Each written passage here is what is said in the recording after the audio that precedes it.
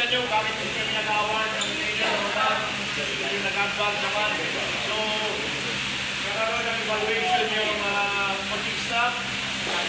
Evaluate namin yung mga performance namin yung lahat. Then, sa amin naman lahat yung mga number nyo.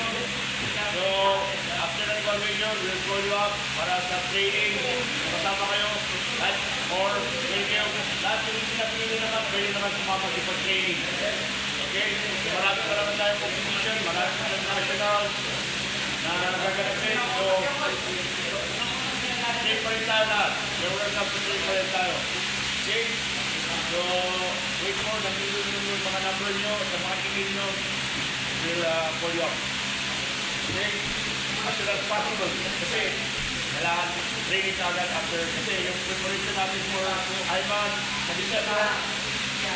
So, may design kayo yung mga training program na nakaroon tayo ng mga foreign training or experience pa sa competition abroad before the competition sa December.